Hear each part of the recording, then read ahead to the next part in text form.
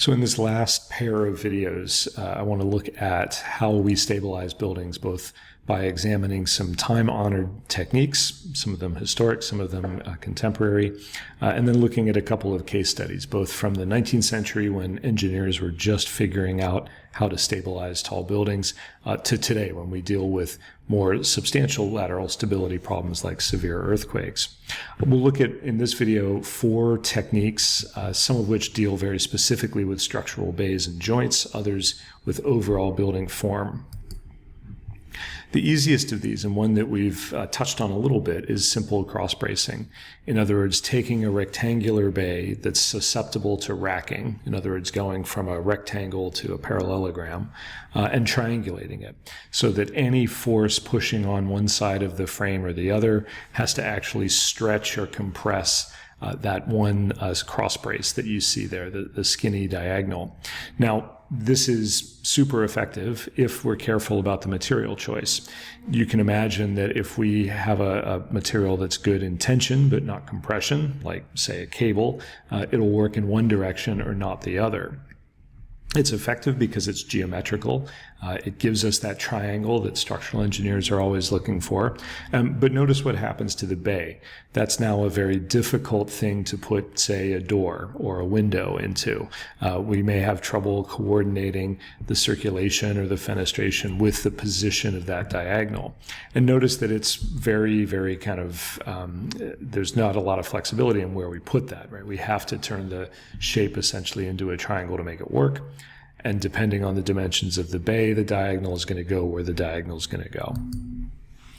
Most typically, we see this used in tension members. So because tension members can be so much lighter than compression members, we'll set up a cross-bracing system where no matter which way the force is coming from, left to right, right to left, we'll have a member that can handle that force, that can take the tensile force, or the tensile stress rather, and stabilize the rectangular bay. When we do this, notice that one side of the cables will be in tension, will be actually doing the work, and the other side will go slack. So again, using cables means that we get to significantly reduce the weight, but we have to think about making them work in both directions. And we see examples of this in all kinds of buildings. Here's a simple steel frame building, a factory in England from the 60s that uses skinny steel rods for cross bracing. And you can see here that no matter which way the wind blows, that frame is going to be stabilized. One set of rods or the other is going to catch the building as it attempts to deflect. It'll save those rectangular bays from racking. And notice here the fixture in the middle that allows them to actually tighten those when construction is complete so that they can be assured that the members are always in tension, that there's no slack, basically. This was a kind of staple of high-tech architecture in the 70s and 80s, a lightweight structure with cross-bracing that you could express. You get this nice hierarchy of thick, heavy compression materials or elements and skinny tensile materials. This is the Pompidou Center in Paris by Rogers and Piano and Arps as the engineers. And you can see the cross-bracing here that allows them to use these very, very skinny bits of structure elsewhere, and to have point connections where the girders and the beams actually connect to one another. This is the other side of the Pompidou. You can see that they have the cross bracing on both sides, so they don't get what's called torsion, where one side is stiffer than the other and the building tends to twist. And you can see that it's not only a key element of the structural scheme, but very obviously something that the architects were happy expressing as well. And it works for larger scale structures too. So here the Hancock Tower in Chicago, where the cross bracing is actually giant steel beams that are hidden behind the aluminum cladding and concrete fireproofing, of course. But here the tension and compression are both in operation. When the wind blows and pushes the Hancock one way or another, one set of those cross braces goes into tension, the other goes into compression. And they're heavy enough beams that they also serve to distribute the gravity load of the columns above more evenly. Because of its cross bracing, the Hancock was in fact the lightest tall tower in steel ever built, if you look at amount of steel per square foot of occupied floor. And it was this way because they could lighten up all of the other steel members. They didn't need stiffness in the joints. They had it in the relatively lightweight cross bracing that surrounded the structure instead. And once you are kind of looking for it, cross bracing shows up everywhere, especially still in the work of what we think of as high-tech architects. So Renzo Piano is a very big fan of showing you what holds the building up, what keeps it from falling over. Here in the New York Times building in New York, if you look closely, around the kind of corner of the bays, you see that he's integrated the cross bracing with the stair towers. And even, Piano being Piano and obsessed with detail, you note that he's matched the angle of the cross bracing to the angle of the stairs behind, right? This is an architect who is thinking holistically, right, about all of the elements working together. Now, we can ease the problems with passageways or fenestration somewhat by turning rectangular bays into triangles in other ways. So we can use what's called chevron bracing, where instead of dividing that rectangular panel into 2 or 4 triangles, we divide it into 3. And this gives us almost a full height space in the middle where we could put a door or a passageway. This is particularly effective against seismic forces. So here, a tower in Tokyo, where they're relying on the ductility of these beams in the middle to absorb most of the seismic force, and they're turning basically the joints on either side of that beam into giant triangles. So the stiffness here is all in the chevrons to the left and right of the structural bay. On the right, a tower in Chicago where what's called K bracing, chevrons over multiple floors that make the letter K as you go down, are used to provide cross bracing lateral resistance in the longitudinal direction of the tower. And here on a much smaller scale, this is maybe my favorite one. This is a temporary retrofit of an earthquake-damaged building in Italy, where they still want to occupy the building, and so they've left passageway for people to move in and out, but they've strengthened the building, stiffened it, made it safe by adopting chevron bracing in the top of this door frame. And this right here is exactly why you do something like chevron bracing. You want the passageway in the middle, you want the full height, or as close to it as you can get, but notice that you're triangulating the joints, you're triangulating the corners, and that's what gives this bracing its stiffness, what stiffens that particular bay. We can take exactly the opposite approach, and instead of deploying the stiffness over a whole structural bay, we can actually distill it down into very, very stiff joints by thinking about the type of connections we have, in particular between columns and girders. If you remember our discussions about translational and rotational equilibrium, a pinned connection allows members to rotate relative to one another. There's no stiffness involved, and therefore we have to use something like cross bracing in a building with pinned connections. There may be reasons we want to do that. We may want the ductility or the flexibility that comes with pinned connections. That may be important to the building's survival in a seismic zone.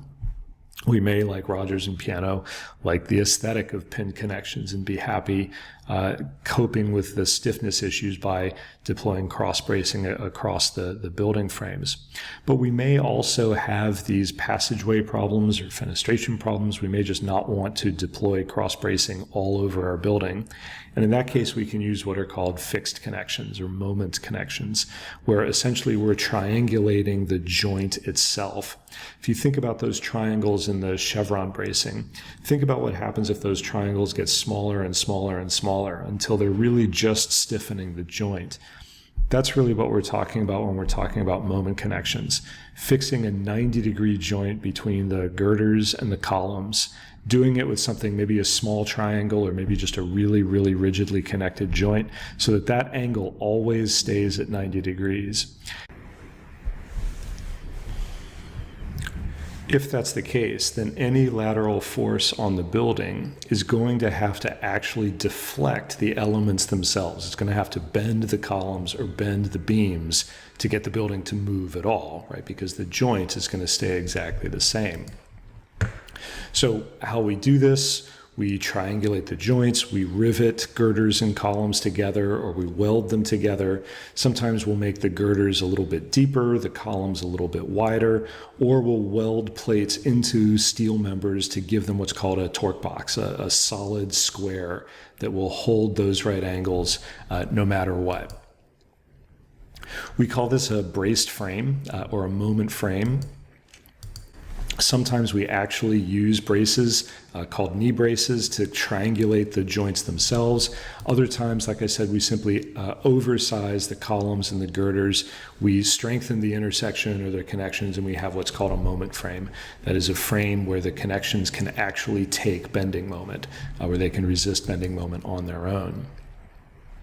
What do these look like? Well, the classic moment frame looks like this, where this is what we call a portal frame that has a kind of roof beam and a girder or columns on the side. And you can see that what the engineers have done is they've simply extended the shape of both of those steel members, those I-beams, through one another. And this piece right here is what's called the torque box. We can do it with welded connections. You see a number of welded connections here where the stiffness is gained by welding plates into the webs of columns and girders. And here is a torque box in a tall building. This is a model of a steel connection on the Inland Steel Building in Chicago, which relied on moment frames to give it stability in its short direction. It's a super skinny building, and so they needed the columns and the girders to act as one. And you can see that these plates here are essentially continuing the flanges or the top and bottom surfaces of the girder all the way through the column and creating this rigid box that will always stay at 90 degrees. Here it is in practice. This is an aircraft hangar designed by the great engineer Myron Goldsmith. And here is the torque box right on top. It is connecting this long girder spanning over the aircraft with the column below. And what's interesting about this is not only that Goldsmith is exposing the torque box, right, showing you how stiff the connection is, but if you look closely, he's also giving you a hint about what it's doing. The column on the bottom, this is as wide as the column needs to be to carry just the gravity load, right? Just the weight of the building itself. But notice what Goldsmith does. The column actually gets wider as it gets toward the top. Now, this kind of goes against logic. It goes against how we understand columns. Columns usually get bigger down at the base, right? Think of the pyramids, right? Stability, picking up all of that weight and having to get larger and larger toward the base to carry it. But what Goldsmith is doing here is he's pointing out that the column has to get wider, not because it's carrying more weight, but because it has to end up as the dimension of the torque box. It has to be wider at the top to take the bending moment that the girder is going to imply on the column, and to make that bending moment sort of transition from girder to column. The width there has to do with the stiffness of the frame, not the performance of the column itself. Goldsmith, being an engineer and an architect, wants to explain that, right? He wants his building to sort of show off the physics behind how it stands up. This can happen on a small scale as well. Goldsmith worked for Mies van der Rohe, and Mies, as you can imagine, hated triangles, right? He was the ultimate rectangle guy. And so in all of his structures, he looked at using moment connections and particularly torque boxes to make his structure work. He worked with another engineer named Frank Kornacker, who developed the welded connections in the Farnsworth house. So here, the connection between the column and the hidden beam inside there, which you can see right there, it gets taken up by this girder. All of those connections are stiff welded connections, which you see down here, and those allow the relatively thin roof section to span and to give the building whatever stiffness it needs against wind. It's a relatively small building, so it doesn't need much. But if you look, those columns at the Farnsworth house are really, really skinny, right? It's a really, really lightweight structure. And that's because Kornacker is able to distill all of the stiffness that he needs into the connections between the columns and the beams. Slightly bigger scale, these are Mies's apartments on Lakeshore Drive in Chicago. And if you look through, you can see there's no cross bracing. There are no shear walls. There's nothing that's going to stiffen the building. What Mies is relying on here, or really what Kornacker is relying on, is making all of those joints into moment connections so that when wind hits the side of one of these apartment towers, every single one of those joints ends up working to resist it, transmitting the lateral force into every girder, every column. And if the wind is going to move the buildings in any way, it's going to have to actually bend the girders or bend the columns. And then maybe most obviously on Crown Hall, which is definitely a long span structure, Mies and Kornacker developed torque boxes that you see here on these big plate girders that span the studios of Crown Hall. And they're visible from outside. You can see them. They're tall plate girders and therefore very tall, skinny torque boxes. But that is a classic moment connection. And Kornacker develops it. Mies decides it's worth showing off. And so you can actually see the torque boxes on Crown Hall when you're standing outside of it. And that, again, is what's keeping the building from falling over, keeping the structural bays here that involve plate girders and columns, keeping those bays from racking in the wind. The greatest moment frame of them all is the Sears Tower, also in Chicago, by Skidmore, Owings & Merrill. If you look at the Sears Tower today, it has aluminum cladding on it, so they have hidden the torque boxes. But in this construction shot, you can see that all of the Sears Tower's girders and columns are connected by these very, very obvious square connections where they have welded in basically continuations of the beam flanges through the column.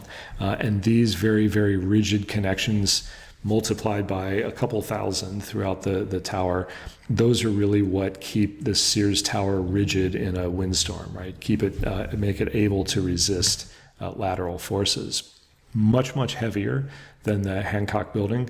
But in this case, the client didn't want the diagonals, right? Didn't want the interference with the windows that came with the Hancock Tower. And if you look at it today, if you know what you're looking for, you can kind of sense that Sears is one giant moment frame, right? That it relies on the stiffness of all of those connections instead of any cross bracing or external forces. The final example is an external brace, which is super effective. We can make external braces whatever angle we want. We can make them really, really shallow if we want and make the building very, very effective at resisting wind. But of course, this affects the overall form. Sometimes that's fine if we have a generous site and don't mind making the wind bracing the most obvious or first thing that you see. This is really the way that the Gothic cathedrals were braced, with these flying buttresses that stand outside the building's main structure and are literally leaning against the springing points of the vaults, applying pressure to them and resisting any wind forces that are blowing across the cathedral. And famously, over the history of Gothic architecture, the naves get taller and taller and taller. The buttresses get skinnier and skinnier and skinnier until you get to this one, Beauvais, which collapsed. And then you start to see the next generation of Gothic buildings start just a little bit smaller and just a little bit with just slightly thicker buttresses, right? So this is structural engineering by trial and error, something we don't really do anymore. We'd prefer not to have our buildings fall down. But the reason this is so effective is that to Gothic builders, the really important part was the interior. They wanted the nave or the vessel to be completely unencumbered and to make it feel like it was literally held up by magic, right, or by the force of heaven, holding these very, very lightweight vaults up. So putting all the structure on the outside made sense to them architecturally. It meant that the interior could be relatively free of obstructions. It could be or appear much, much taller than you would expect these skinny stone piers to be able to hold. And on the outside, of course, the flying buttresses became a great sort of space for all kinds of decoration and stone masonry. So the final thing we can look at as a way to brace buildings seems at first like it would be a very antiquated way to do it, and that is a solid wall of brick or of concrete that literally makes the whole bay into one gigantic moment joint. You can think of a shear wall basically as a torque box, where instead of concentrating it down onto the joint, you're taking that stiffness and you're spreading it throughout literally every square inch of the structural bay. An awful lot of material, very difficult to put passageways through it, but nevertheless very, very effective. And where we have building elements like elevators or fire stairs, where we need fire resistance anyway, what engineers have realized is that you can double up. You can use concrete both as a fire resistive material to protect the elevators, to protect the fire stairs, and as a structural element. And so today, in the world's tallest buildings, what we find is that the bracing really comes about as a result of the shear walls that would exist in the core anyway, and the walls that protect those vertical shafts like elevators or fire stairs or even sometimes plumbing chases. Those are designed not only for fire protection, but they're also designed as lateral bracing elements. So here are 3 of the tallest buildings in the world on the same kind of block in the Pudong district of Shanghai. The one I want to look at here is Shanghai Tower on the right. And you can see it has this very sinuous form that's about a double skin that allows the building to kind of breathe in and out. But if you look at the core right here, the sort of tic-tac-toe board in the center, you can see that the building's 9 elevator cores are all surrounded by very, very thick, 4 or 5 foot thick concrete walls. That's very good for fireproofing. It means that fire on one floor can't get into an elevator shaft and spread up the building. But this 9 square tic-tac-toe grid is also a major element in bracing the building. And the building is something like 1,700 feet tall. So it's a very, very big task to brace this against wind. Shanghai Tower uses those in conjunction with these giant super columns on the outside. It uses what are called outrigger trusses. So that core, the 9 square core in the center, is also braced by these trusses that link into the columns, kind of like a skier with arms outstretched hanging onto a couple of poles. But most of the work in Shanghai Tower and in most high-rise, super high-rise buildings today is done by these shear walls that surround the vertical elements in a core. Okay, in the final video on stability, final video for 445, we'll look at a couple of case studies. And in particular, I want to show some examples from history, old Chicago skyscrapers where engineers were for the first time figuring out how to stiffen a building against wind without relying on the building's weight itself.